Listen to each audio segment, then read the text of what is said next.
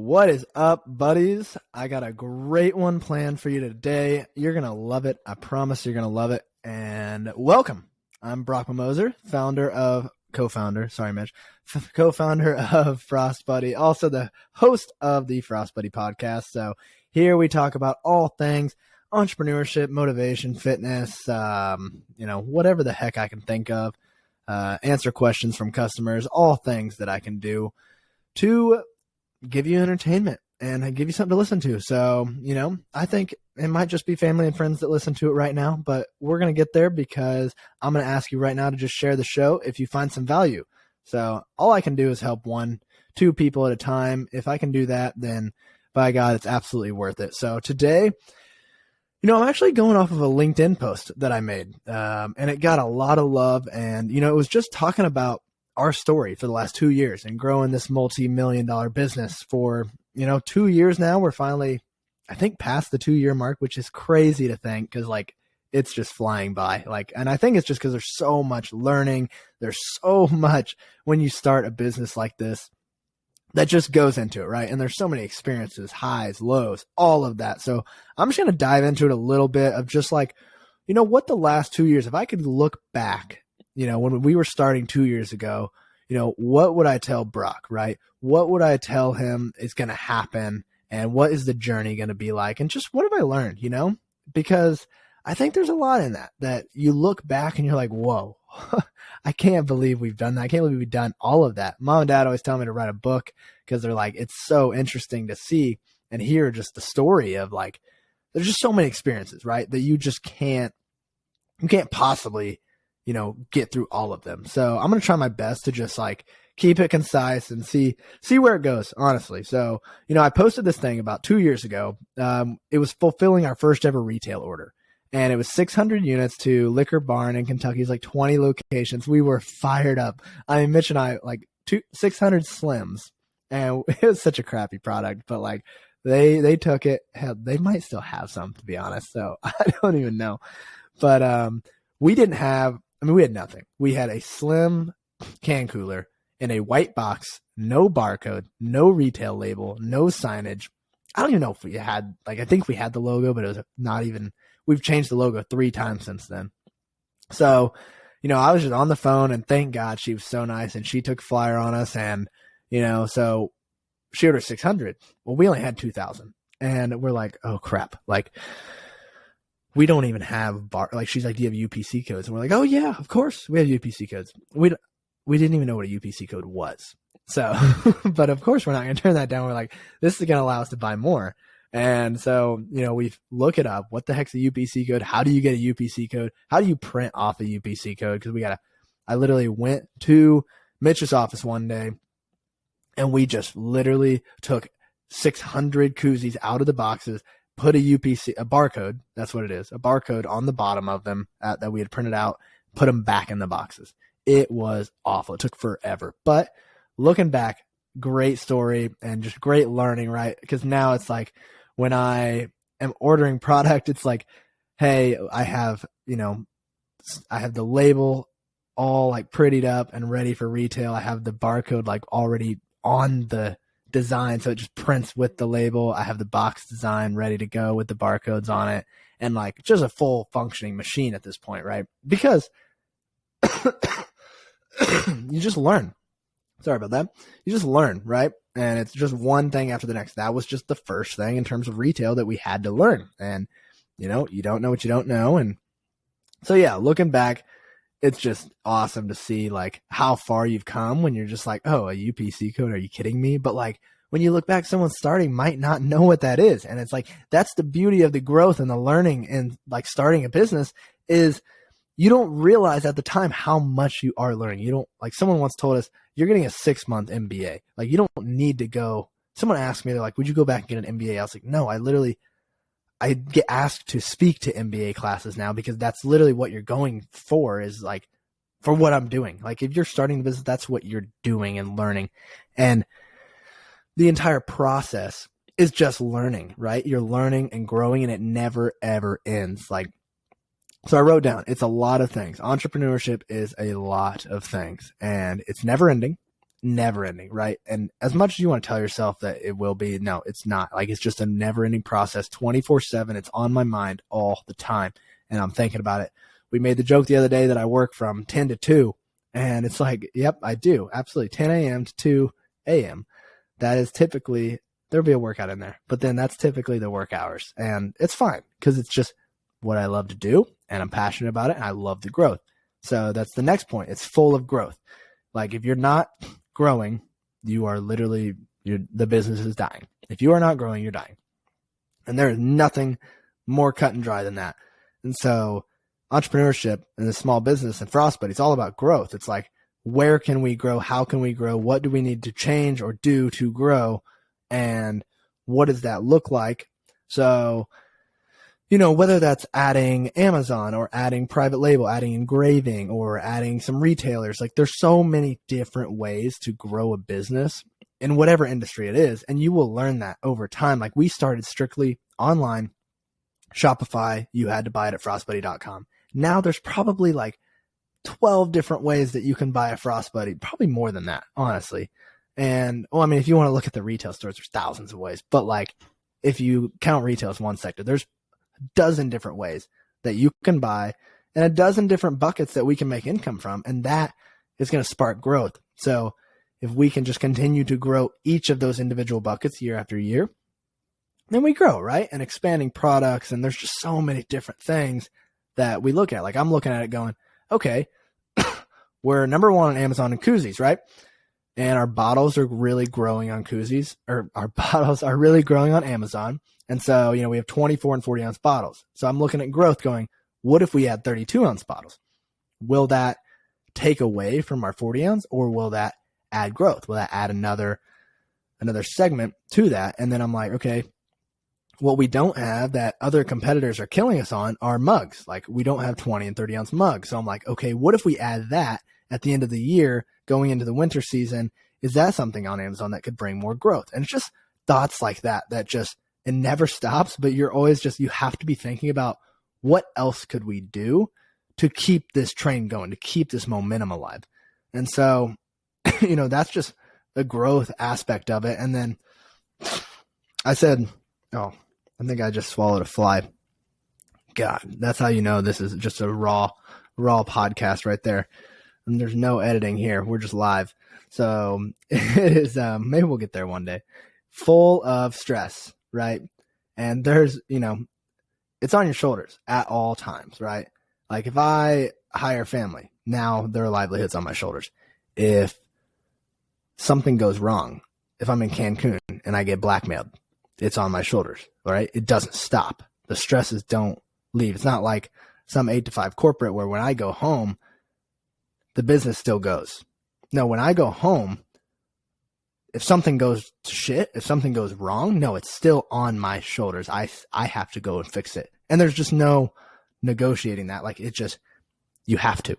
And it sucks at times. And there's times where you're like, God dang, I wish I had that 8 to 5. Like, I wish I could go turn it off, but I can't. And that's fine, right? That's just something you have to deal with. That's one of the cons. And everyone will tell you that's one of the cons, is that, like, it doesn't stop. And that stress always follows you, and it will pop up at the worst times, I swear.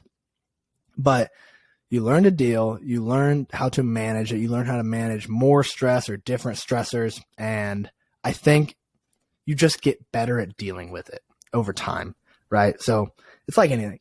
Humans are unbelievable at adapting to circumstances. And we don't give ourselves enough credit for it, but it's just like that. If you're lifting and your muscle has to adapt to more and more weight every single time, it's getting sore, but it's getting more weight and it has to adapt. The mind is doing the same thing with your stress. Like, it has to adapt. Now, at a certain point, you got to do things to fix it or do things to alleviate it if you can. You can't just let it go. But I do think that you get much better at it's just there, right? It's not affecting you. It's there, but you get better at it. And so yeah, there's a lot of stress, absolutely, but it's also completely full of freedom. And, whether that's good or bad, I can do my own thing. I can set my own hours, all the time. Hours are all the time. But, I have the freedom to go on a trip if I want to. there's just a lot of freedom, right? Like I don't have anyone that I'm answering to, and that's fantastic because I couldn't. And I know that I couldn't. Like I'm aware enough about myself that I absolutely could not answer to someone. And so if you're like that and you know that, then starting a business might be right for you. But if you're not, if you're like, I want someone to tell me what to do, then absolutely working for someone else is the right thing, because the sucky part of that freedom is I'm like, yes, I have the most freedom in the entire world that I can do whatever I want, when I want. I can live wherever I want. I can work hours whenever I want. So the unknowns and the decisions by having that freedom are actually what cause me more stress. Going, where do I live then? Because I can go anywhere. Exactly. Most people, they go, oh, well, my job's here. That's not a decision that has to be made. Most people go, oh, I have to be at this job. Like I have to be at work at 8:00 out of fear that I'll get fired. There's no one firing me. Could I schedule it as 8 to 5? Absolutely. I could do that.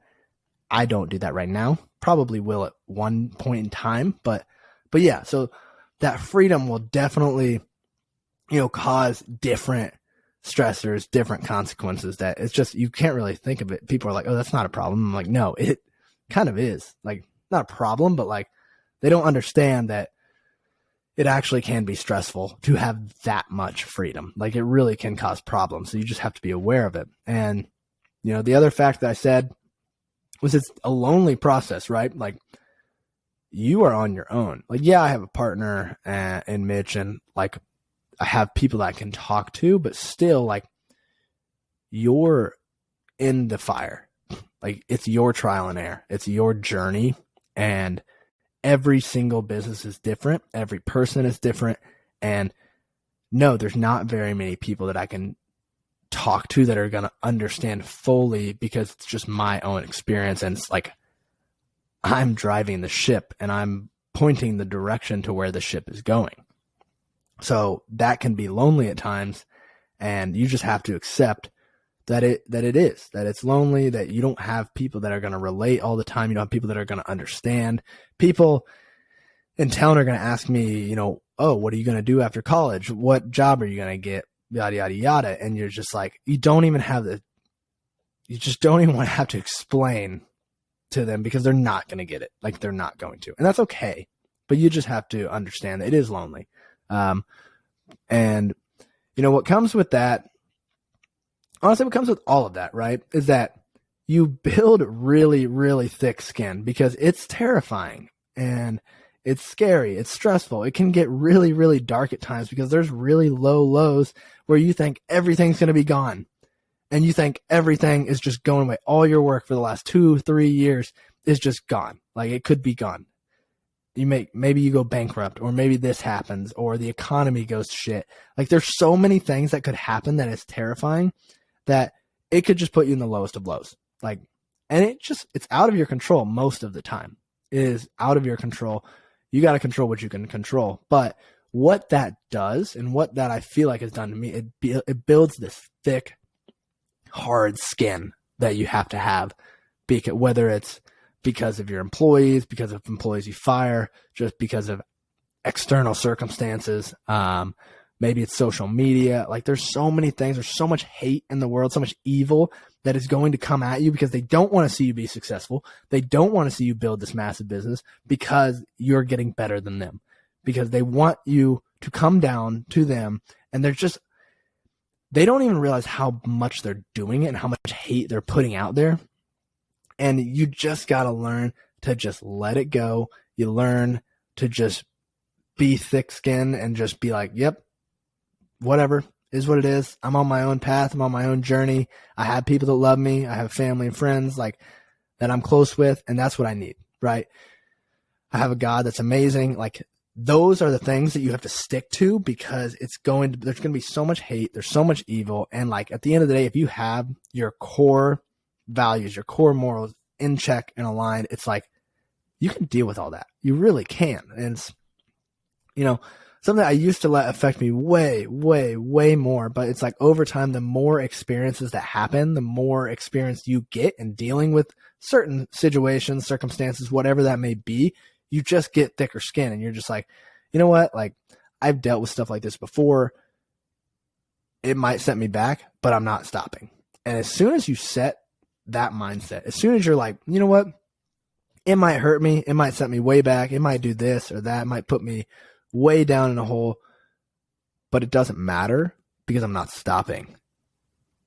Like, let that sink in. When you, in your mind, know that you are never, ever going to stop, that you're just going to keep pounding the door, you're going to keep going, then none of that stuff matters. What anyone says, that doesn't matter. What anything outside of your control, if anything happens, that does not matter anymore. And I think that's what looking back over the last 2 years has shown me is like, hey man, like this could happen. You'll be fine. You'll be fine because you're just going to get up the next day. You're going to start doing what you've been doing. And I think that's why when people that have built crazy things lose it all, that's why they build it back so fast, because they know they're not going to stop and they have the skills, they have the experience, they have the knowledge on how to do it now. Before, you don't know how to do it. And so you have to go through this huge process, this learning process that I'm currently in, that you look back every 6 months, every year, and you're like, wow, I didn't know jack shit, when I was starting, or a year ago. Like, I didn't know anything. Like, I will look back next year and I'll be like, wow, I really thought I was preaching well. I thought I was doing the right things. I thought I knew what I was doing. I probably have no clue. And it'll be like that, hopefully, for life, because you're always learning, you're always trying, you're always failing. And that's the most rewarding thing that there could possibly be, in my opinion, is that you're just always learning and growing.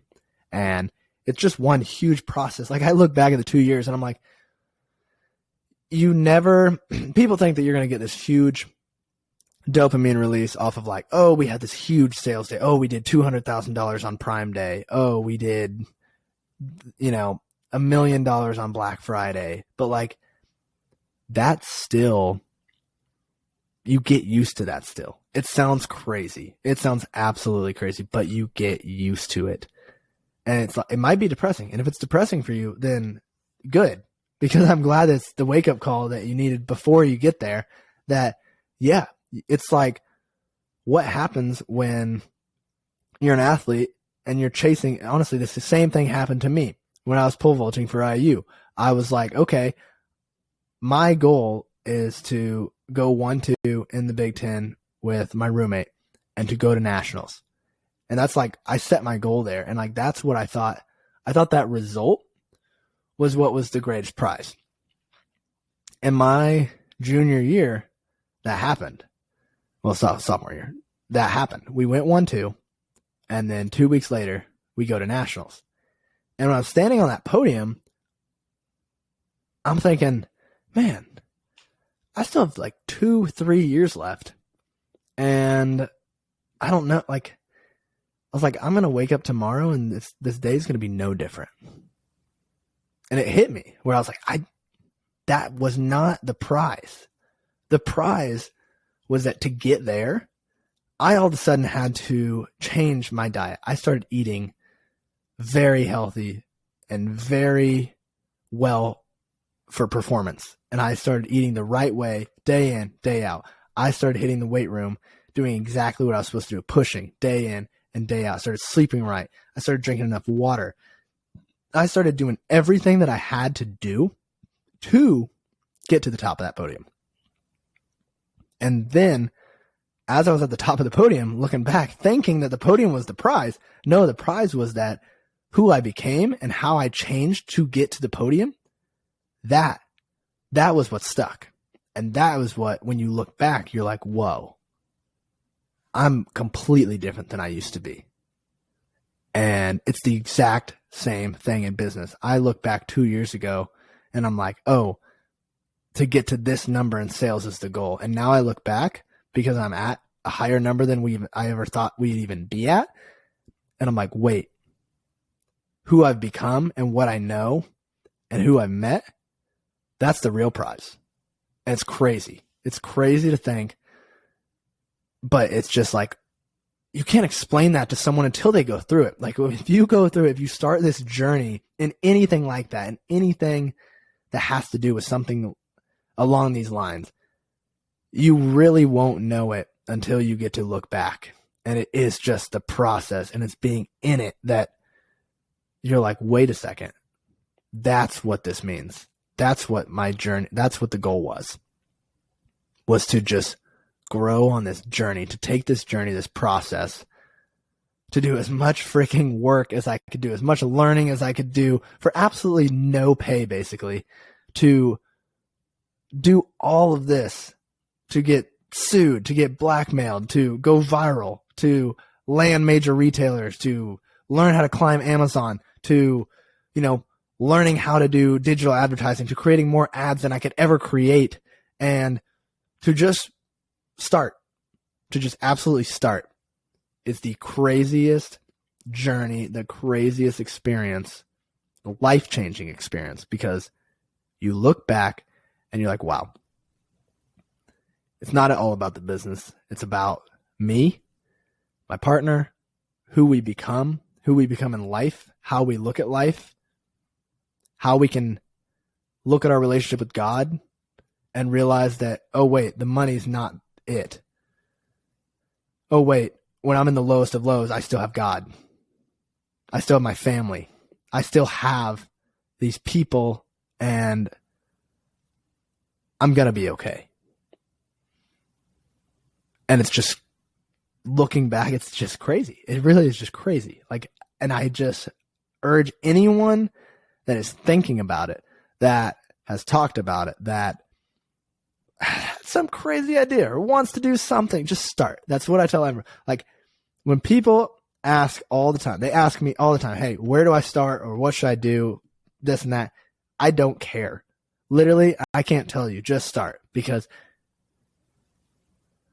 when people ask that and I say just start, it doesn't make any sense, and it doesn't help, because I can't help you. I really can't. Can I help you with certain situations when you get there? Absolutely. And that's part of the learning. That's part of the process. When you go find people that know what you've been through and they're like, yeah, I can absolutely help you here. Then I can help you.